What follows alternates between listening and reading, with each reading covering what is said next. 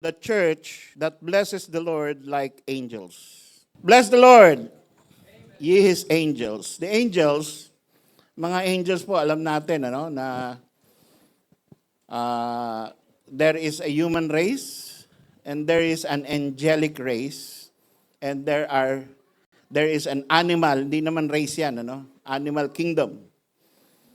So sa mga thinking or yung tinatawag na sentient beings ay dalawa, yung angels at saka yung men.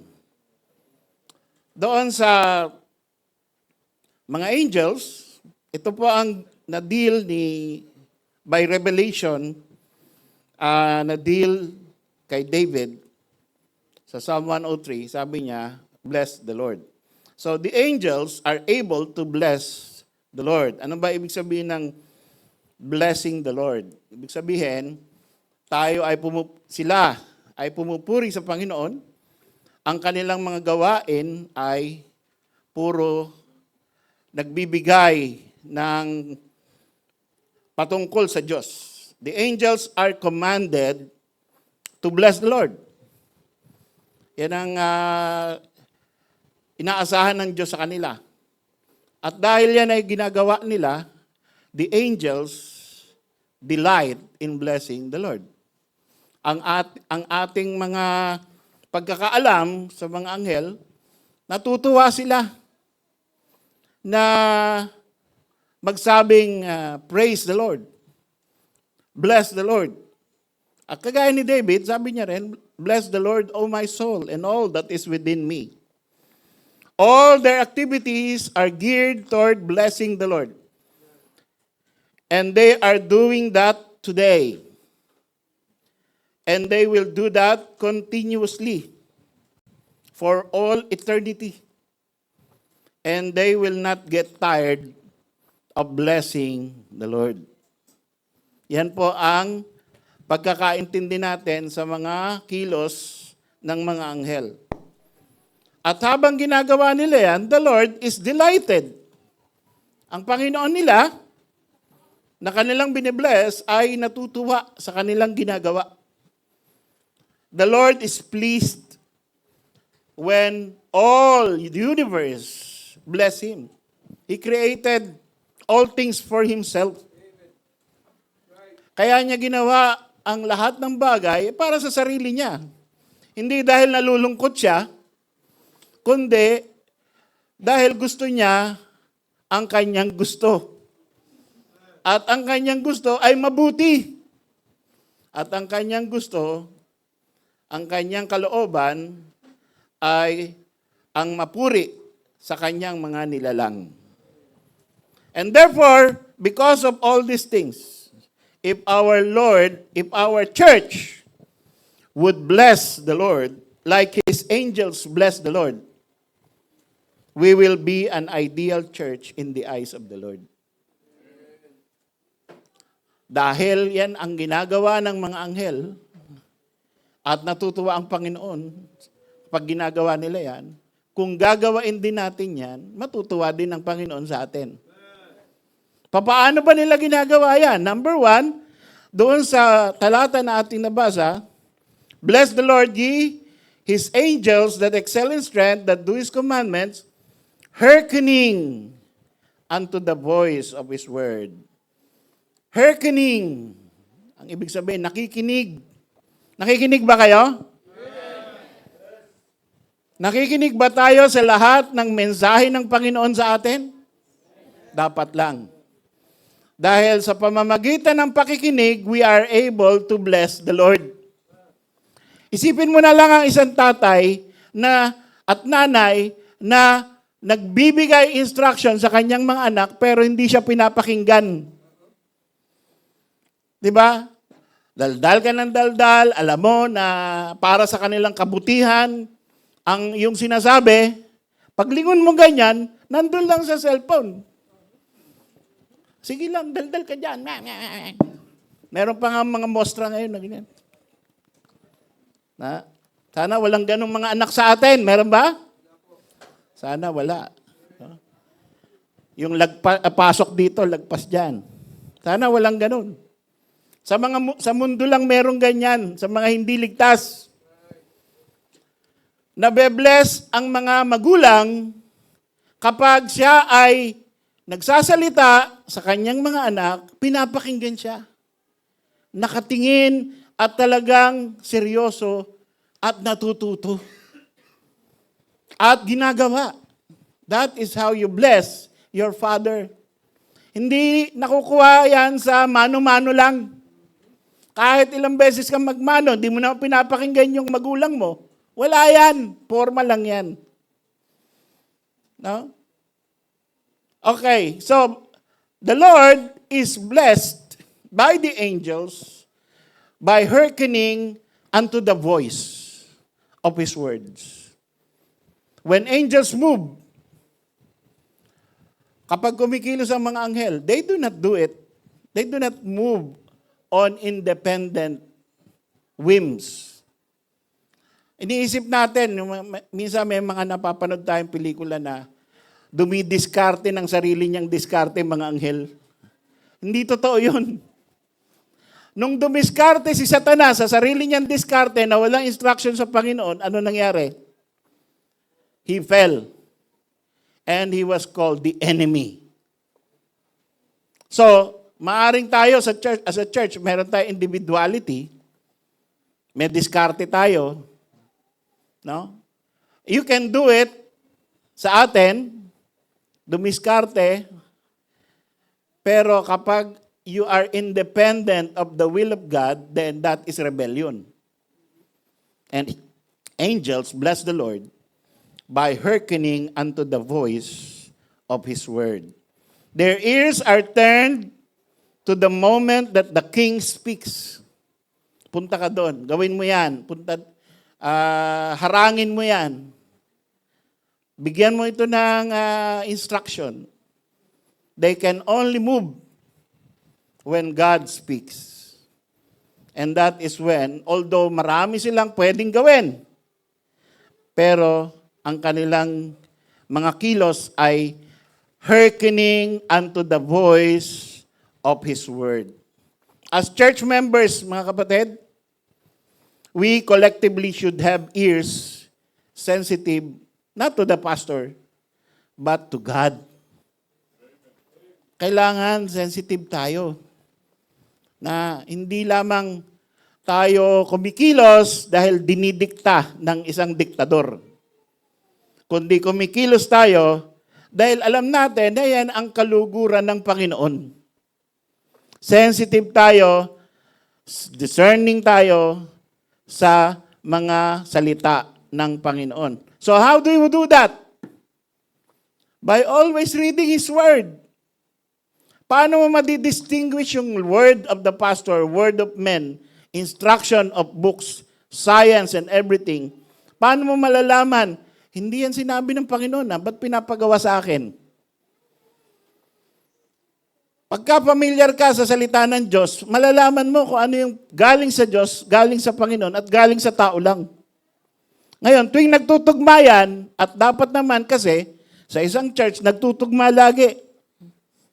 Ang salita ng pastor, salita ng deacon, salita ng music director, salita ng leader, at ang salita ng Diyos. Hindi pwedeng gagawa tayo ng instruction natin na labag sa kalooban ng Diyos. We hearken, as a church, we hearken unto the voice of the Lord. And that is how we bless the Lord. Like the angels bless the Lord. So, that means, kapag ang assignment natin, mga kapatid, dapat alam natin ang Bible natin, patay dapat yung idle moments natin. Yung wala ka lang magawa. Pag wala kang magawa, anong gagawin mo? Read the Word of God. Wala kang magawa. Marami kang pwedeng gawain para sa Panginoon. Yung pagbabasa ng salita ng Diyos, you bless the Lord. Because you hearken unto His Word. Kaya wala ka dapat idle time. Pag wala ka, Yung may idle time, no? Ano kaya magawa dito? Wala akong magawa eh. No, kaka-boring naman dito. Makapunta na nga lang sa mall. Wala akong magawa dito sa bahay. Makabisita na nga lang doon sa mga dati kong barkada. Walang magawa dito. Makapanood nga ng magmamarathon ako, movie marathon. Wala akong magawa. What about reading the Word of God? Be familiar with what the Lord wants you to do. What about listening to the preachings? Andiyan na yan sa YouTube, ina-announce lagi natin.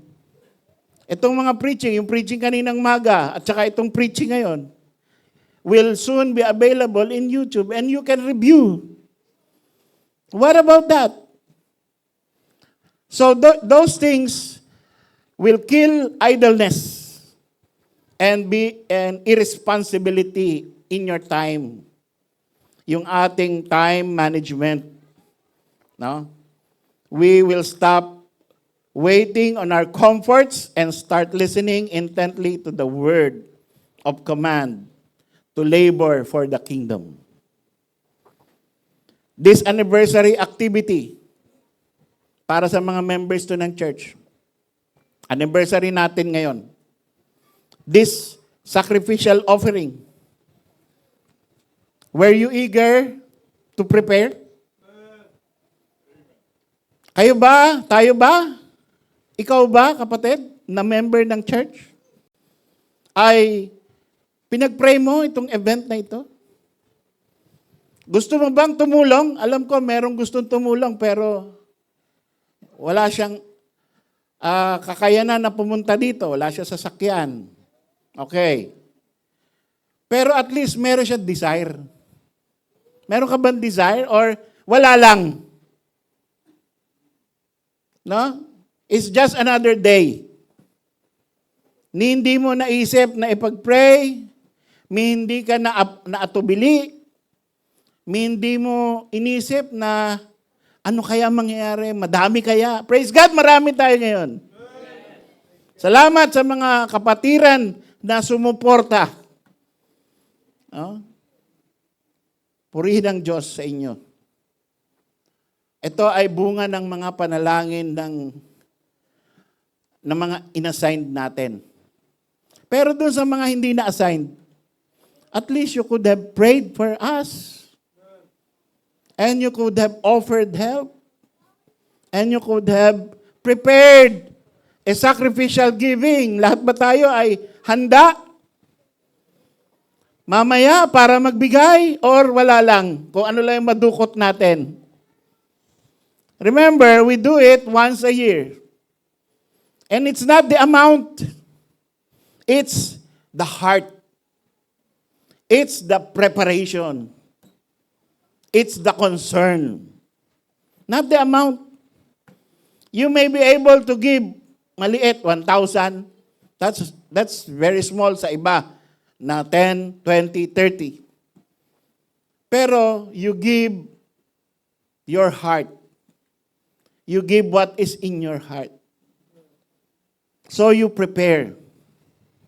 So, meron ka lang daladalang envelope. Andun pala yung envelope ko. Daladala mo na yung envelope. Ngayon, nakalagay na yan.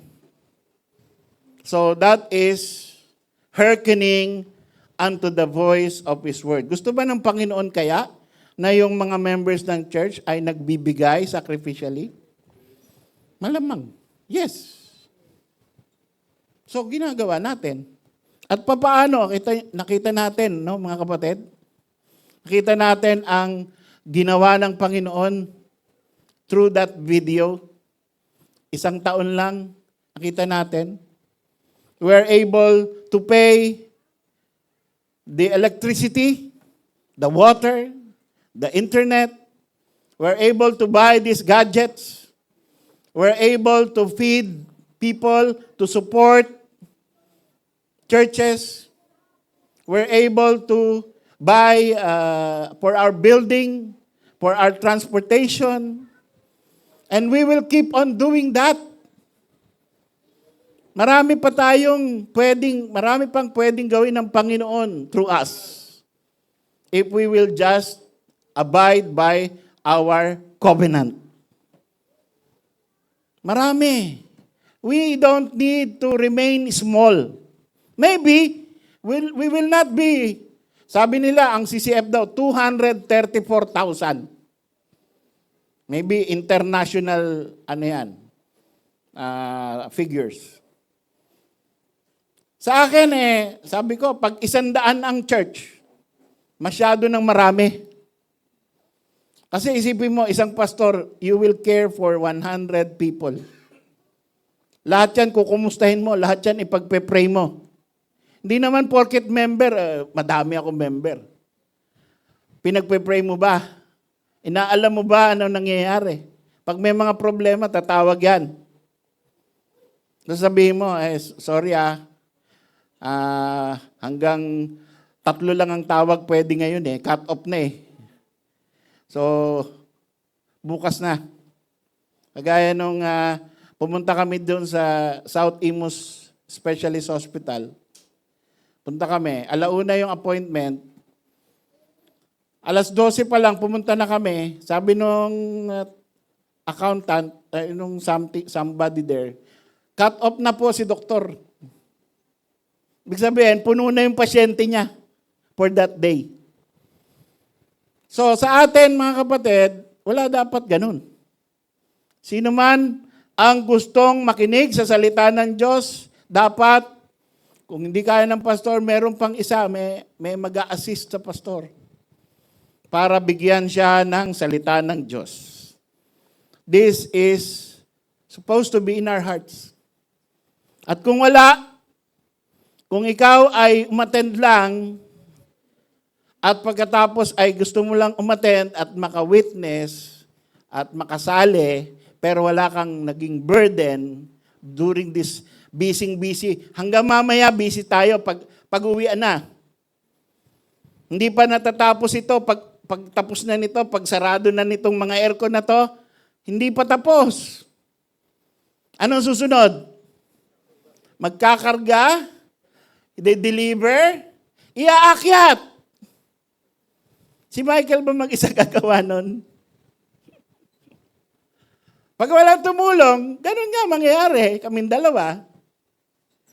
Pero, I believe that the church will help. And that is normal sa atin yan. Meron ka concern. No? Hindi basta, uwian na, okay. Sige po, pastor, bye. Hindi ganun. Ay, sino maghahatid kay sister ganon? Sino ang saan kayo? Pwede sumay ka na sa amin. Sino magkakarga?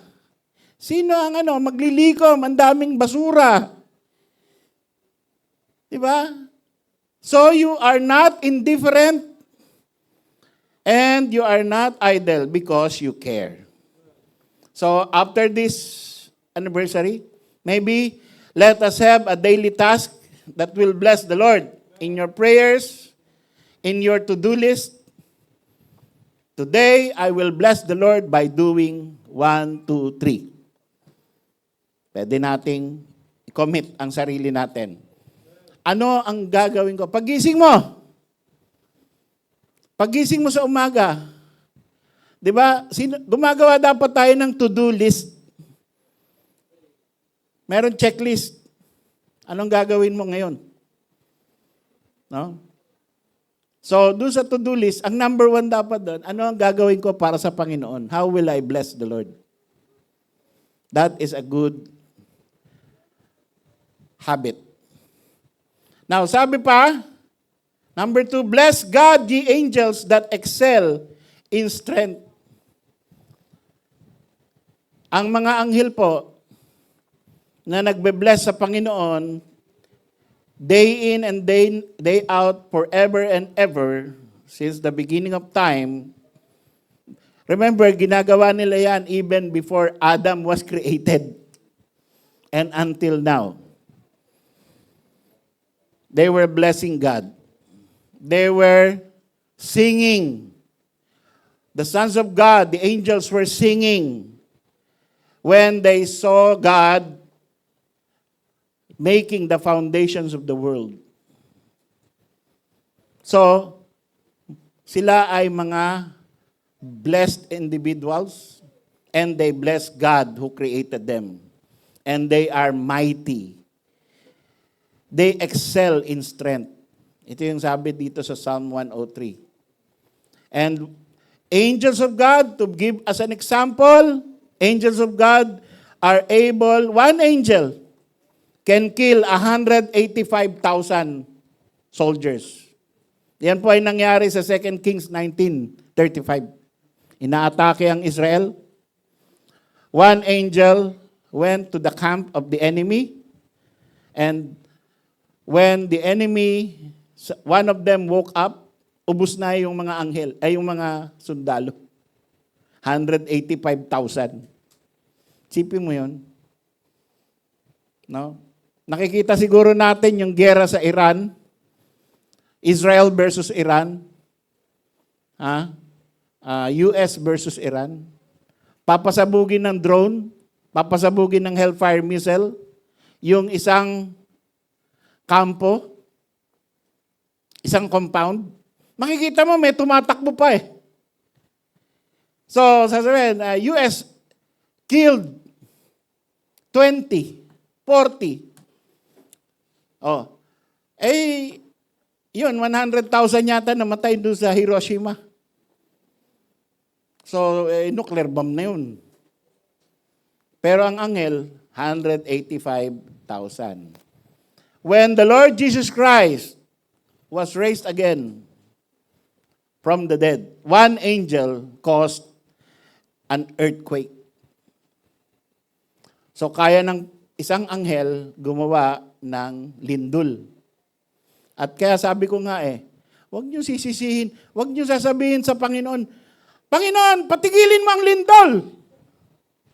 Kasi may purpose siya sa bawat lindol, bawat bagyo. Mag-pray ka lang na sana malusutan mo yung sakuna, kung ano man yan. Pero huwag mong pihahadlangan yung ginagawa ng Panginoong Diyos. Kaya ng isang anghel na pakawalan sa kulungan ang kanyang mga hinirang. Yan ay ginawa niya sa Acts 12, verse 7 at saka verse 10. The prison doors opened, the chains were broken, and the angel of God went there to do it. In Genesis 19:11, inaatake si Lot. Two angels blinded the whole Sodom so that they were not able to attack the house of Lot. Kaya niyang bumulag. So mighty ang angels. Sabi, bless God ye angels that excel in strength. God gave the angels immense power, but that strength is entirely under the disposal of God. Hindi sila gumagawa ng power nila, nag-exercise ng power nila na parang genie na i-offer niya ron sa tao. No? Sasabihin niya, dahil ikaw ay mabait, I will give you 3 wishes. Sabihin mo na, gusto mo ba payamanin kita? Sino ang gumagawa nun? The enemy. Yung bibigyan ka ng riches, ingat kayo sa mga ganyan. No? Nag-o-offer.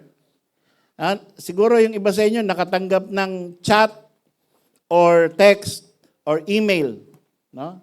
Malapit na ako mamatay, may nagpamana sa akin ng 185 million at gusto kong bahagian ka kahit di kita kilala. You are the lucky man. Yung mga hindi marunong sa hoax, papatulad yun. At mauubusan sila ng pera, isip na pwedeng ma-withdraw, makakakuha sila ng parte ng 185 million or whatever million yung pinapangako. Yang nag-o-offer ng mga get rich quick, no? Merong hinatulan na nahuli, Pilipina, na naging MLM and Ponzi scheme, pyramiding scandal. Naloko niya marami, mga artista, mga general. Naloko niya na mag-invest sa akin dahil papatubuin ko kayo.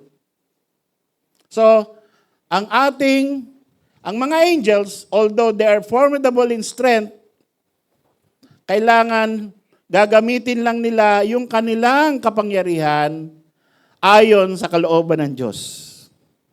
What about you? Ano ba ang skill mo, kapatid? Ano ba ang binigay sa iyo na talento ng Panginoon? Ano ba ang lakas mo?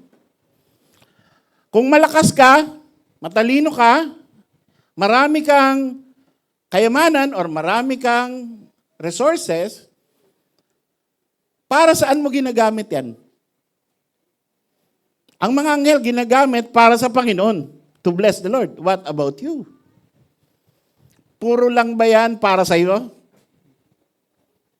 Puro lang ba yan para ikaw ay kumita at ikaw ay umunlad at ikaw ay sumaya at matuwa? Ikaw lang?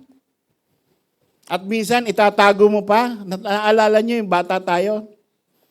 Pag meron tayong pagkain, tapos dadating yung kapatid mo, tatago ka. Kasi baka humingi. Diba? Imbis na, ay, mabuti ate, mabuti kuya, dumating ka. Meron akong pagkain. Sa'yo na yung kalahati. Ganun dapat. Hindi, ang mga bata, tatago. Hindi kaya pag may nakita sila, aagawin, akin yan. So tayo mga kapatid, to bless the Lord, gamitin natin ang ating kakayanan, ang ating talento, ang ating resources, ang ating time, ang ating speech, to bless the Lord. Gamitin natin whatever power is in our hands. Do you have the power of music? Gamitin mo yan para sa Panginoon. Praise God sa mga umawit kanina. Alam nyo, merong mga umaawit na dati napakasintonado, ayaw mong pakinggan. Ngayon, gumanda na dahil ginamit nila para sa Panginoon. Ganun lang yan eh. No? Sa una, magtitiis kami. Pero darating ang panahon, mabe-bless na kami. And then, you will be blessed by the Lord. And you will bless the Lord. Ganyan ang church. Hindi yung sasabihin ng pastor, ay, kapatid, tulain mo na lang. Mabe-bless pa kami pag tinula mo. No? Huwag ka nang kumanta. No. Yung mga lahat ng pagkakataon, meron tayo ditong nagtuturo ng mga piano. No? Nag-recital sila. May nagtuturo ng whatever. Pag ang purpose, you want to bless the Lord, it can be worked out. And all things will work together for good. So, yan po. We have lots of power. We have lots of things that we can contribute to the church. Contribute to the kingdom of God. Magaling ka mangumbinsi. Mangumbinsi ka ng kaluluwa. Magaling kang makipagkapwa-tao. Kumausap ka sa tao. So, while you are doing that, you are blessing God. And when you have things in your power and it is used to bless God, the more God blesses you. Ganyan parang circle. Habang ginagamit mo yung sarili mo at yung lahat ng binigay sa'yo ng Panginoon, ginamit mo para sa Panginoon, babalik sa'yo yan para i-bless mo ulit siya. Tapos babalik sa'yo ng more para i-bless mo siya more. That's how God works. Eh kung pinipigil mo, sasabihin mo, nauna, nahihiya ako eh. Nahiya ako, wag na lang. Pastor, wag na lang. Brad, wag na lang. Nakakahiya. Ay, edi nakakahiya din na i-bless ka. Sabihin na, Panginoon, gusto kita i-bless, kaya lang, ayaw mong gamitin yung blessing. Kaya dapat sa church, mga kapatid, wala nang mahiyain. Tapangan natin ang apog natin. Dahil sa pamamagitan niya, konting usap lang. Without intending to win an argument, usap lang. Katuwaan lang na usap tungkol sa Panginoon. Later on, magte-testimony sa kanila. Alam mo, may lumapit sa akin, one member of the church, lumapit sa akin, walang pumapansin sa akin. Yun ang trigger, kaya ako ngayon, ginagamit na ng Panginoon sa kanyang ubasan. Dahil may kumausap. Kaya, mamaya, habang kumakain, don't go to your corner, yung mga kilala mo na, go around. Mamansin ka naman. Ka naman isnabera. Marami rito mga bagong mukha na pwede nating kausapin. So that is the way that we move around to bless the Lord. Number 3, bless God, ye angels that do His commandments. Anong sabi ng Panginoon? If you love me, keep my commandments. Do you want to bless the Lord Jesus Christ? Keep His commandments. Alam ba natin, sabi niya pa, my commandments are not grievous. Hindi ka pahihirapan, matutuwa ka pag sumunod ka sa Panginoon. Pero dapat save ka na bago mo isipin yung commandment of God.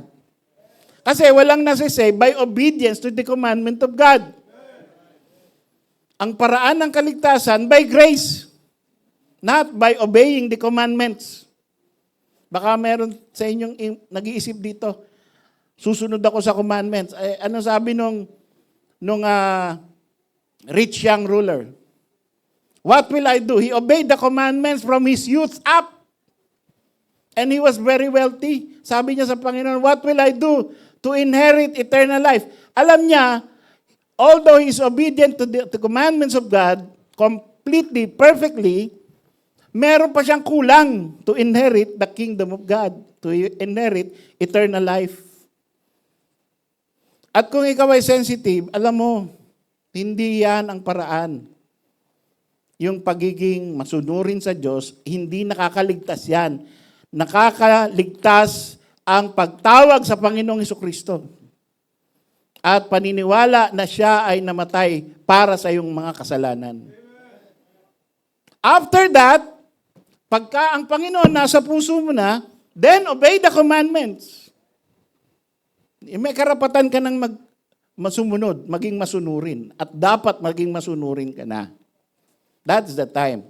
Kaya yung mga nagsosoul win, huwag niyong kumbinsihin yung mga tao to obey the commandments primarily. Siguro, sasabihin mo lang to open the conversation. Maybe. No? Halimbawa, nakakita ka ng drunkard. Pwede mong sabihin na hindi maganda yan sa kalusugan mo. At saka ang sabi ng Bible, the drunkard shall not inherit the kingdom of God. Baka gusto mong tulungan kita kung ano pa sinasabi ng Diyos tungkol sa mga lasinggero. Pero bago tayo pumunta doon, kailangan mo si Kristo. So, ganun ang shift doon. Bless God, ye angels that do His commandments. Ang mga anghel po, mga kapatid, habitual and delightful obedience ang ginagawa nila. When they obey the commandments, it is not by force. It is not by kakainis naman. Ang dami-daming rules. Hindi po ganun. Dito po sa SGBCI, marami nagtatanong sa atin, ano ba ang bawal dyan? Wala pong bawal dito. Ang bawal dito, magkasala sa Panginoon. Yun ang bawal.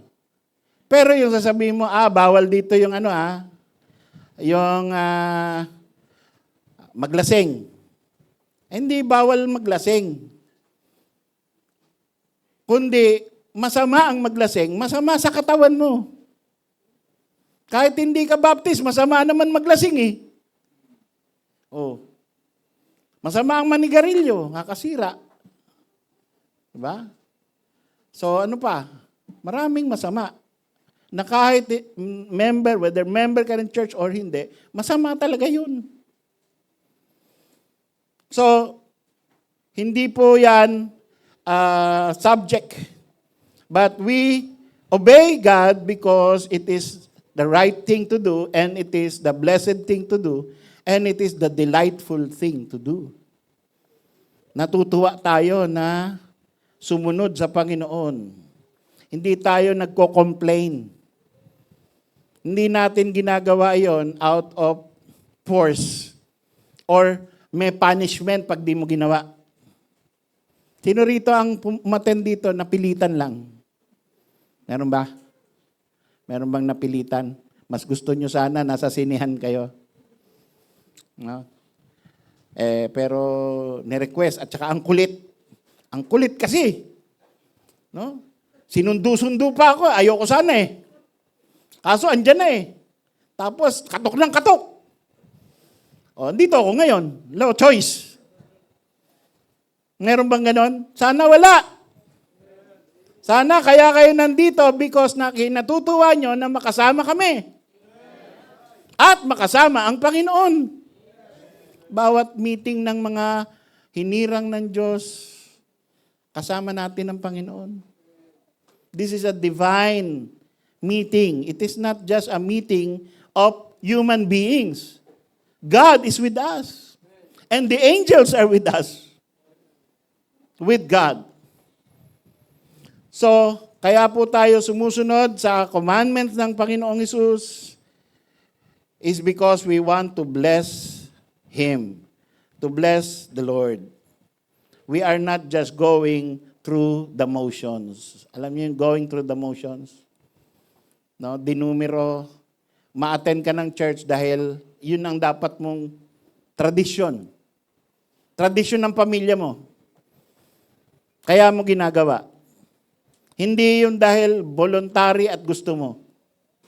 Natutuwa ako dun sa mga iba na kahit walang driver, kahit walang sundo, dahil gusto nilang i-bless ang Panginoon at gusto nilang umattend, pumupunta.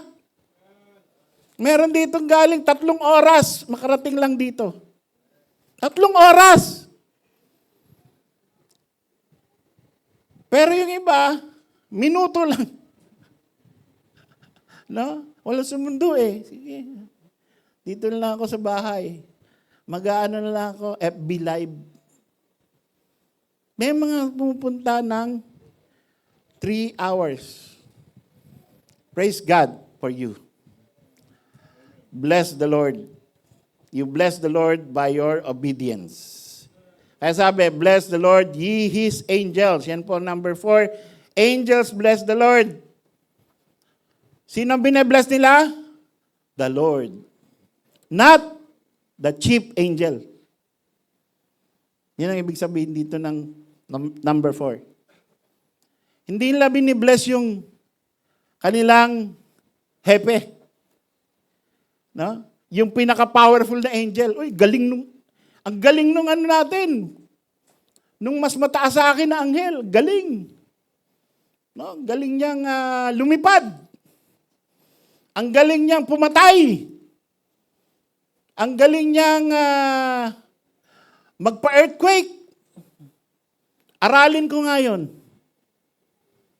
Mga demonyo lang yung ganyan. Humahanga sa kanilang pinuno. Yan yung mga demons. No? Yung mga demons, pataasan ng power words para kaya niyang pataubin yung mas mataas na demon. May ranggo yan eh. Kaya yung mangkukulam, sino ang nagtatanggal ng kulam? Mangkukulam din. Yung nagpapalayas ng demonyo na hindi ginagamit ng Panginoon, demonyo rin. Anong purpose nun? Is Satan divided against Satan? No. He is doing that to deceive the people. Yung mga aliens, ang dami ngayon siguro, baka yung iba sa inyo nanonood ng revelations ng CIA, yung mga unclassified ni Trump. At nakikita nyo paano kumilos yung light, no? Mula eto yung eroplano, ganyan lang, biglang may lalagpas sa kanya na light. Tapos babalik na gano'n. Tapos tatlo na sila agad. Binabantayan yung Air Force jet. Uy, ang bihira, totoo ang alien. Demons yan. Yan ay hindi talagang mga extraterrestrial. Galing yan sa ibang dimension, which means mga demonic yan. Yan ay mga anghel din, pero not to bless the Lord, but to violate the will of the Lord. Kaya wag po kayong mabe-bless doon. At wag niyong i-share sa mga members ng church. No? Yung iba sa inyo, share ng kahit ano eh. So, bless the Lord, the angels, and the blessing should go to the Lord and not to the cheap or wonderful angels. They absolutely, the true angels of God, the elect angels, the holy angels, they absolutely avoid getting glory. Si John, lumuhod doon sa anghel. Anong sabi ng anghel? See that thou do it not. I am also a servant of God like unto thee. Nagugulat. Uy, wag mo ako luhuran. Ba't ka lumulod sa akin? Yun ang tunay na banal o binanal ng Panginoon. Ano siya, shock siya pagka siya ay niluluhuran mo. May mga leader ng simbahan ngayon, gusto halikan yung kamay nila. Halikan yung singsing, parang pope. At luhuran. At isang command niya lang, nangangatal ka na. That is not the desire of an angel. Angels bless the Lord by asking you, people, to bless the Lord. And so tayo, wala tayo ditong slavery mentality. Ako ang boss. No? Wala dito sa lingwahe na, hoy, deacon ako dito. Tayo nang didilat. Or, asawa ako ng deacon. Pag yung deacon humble yung asawa Kaya wala tayong board of deacons kasi yun daw ay board of demons. Hoy, matagal na ako dito. Hoy, ako ang pastor's wife dito. Yung misis ko na nasya-shock pag Pastora, pag punta kami sa probinsya. Hello, pastor. Hello, pastora. So, absolutely, meron nagsabi sa akin nung nasa Riyadh pa ako. Alam mo, Pastor Nero, you are really a great man of God. Gulat ako. Sabi ko, wag mo sasabihin yan, sis. I'm not great. God is great. Avoid natin yun. No? We bring back all the glory to God. Imbis na tayo ay matuwa na hinahangaan tayo. Well, pag ikaw ay maraming tamang ginagawa, ay hahangaan ka talaga, pero balik mo sa Panginoon. And number 5, lastly, bless ye the Lord, all ye his hosts, ye ministers of his, that do his pleasures. Angels are seen acting alone. But from individual angels, there are corporate host of angels. Alam nyo, isa sa mga example dyan na maganda, don't worry about the rain. Focus, focus. Sabi, nung pinanganak ang Panginoon, ano nangyari? And suddenly, there was, and the angel said unto them, no, di ba, merong shepherds abiding in the field, keeping watch over their flocks by night. And lo, an angel of the Lord came upon them, and the glory of the Lord shone round about them, and they were sore afraid. And the angel, isa lang the angel said unto them, Fear not, for behold, I bring you good tidings of great joy. So yung isang angel ay nagsalita. At pagkatapos, nung nagsalita na yung isang anghel, ano nangyari? And suddenly, there was upon them a multitude of the heavenly host, praising God and saying, Glory to God, peace on earth, goodwill toward men. So, ang isang anghel ay laging merong backer yan na heavenly host. Anong sabi ng Panginoon? Know ye not that right now I can command 12 legions of angels and they will help me? So, maaaring wala kang nakikita, pero laging merong isang talaksang anghel na handang magbigay ng assistance sa mga hinirang ng Diyos. Laging handang kumilos for the glory of God. And my last point is, maybe we have personal soul liberty. Yan po'y tinuturo nito natin sa ating church. Kanya-kanya tayo ng pagsamba sa Panginoon from our conscience. At ginagamit natin ang binigay na Panginoon, walang puwersahan. We have personal ministries. We have offices. And we have different time. We have different situations. Hindi tayo laging sabay-sabay, sama-sama sa lahat ng pagkakataon. Pero ito ang dapat mangyari. Kagaya ng pagbe-bless ng Panginoon, ng mga anghel sa Panginoon, tayo, bukod sa pagbe-bless na tayo sa Panginoon individually, we should bless the Lord as a church. Isang buo tayo. We are the church, the chosen bride of Christ. So, iba yung corporate blessing at iba rin individual worship and blessing. Tandaan po natin yan. So, are you ready to bless the Lord? Are you ready to bless the Lord with all your time, skills, resources, with your whole family? Are you ready to bless the Lord with all the congregation? Tayo po'y tumayo.